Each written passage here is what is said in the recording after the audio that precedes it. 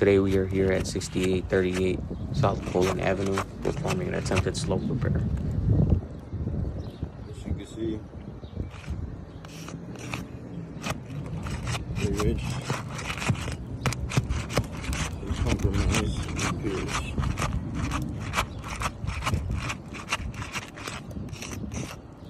Trying to lift it up as safely as possible.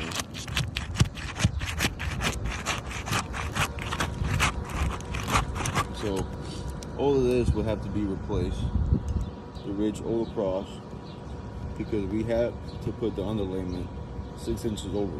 So the whole ridge all across the roof needs to be replaced in the first 2 layers of shingles as well, because the underlayment needs to be over 6 to 8 inches. That is per manufacturer required. It is required. As you can see, damage after damage, granulars keep falling off, seals have been broken. This attempted slope repair has failed. We will no longer proceed.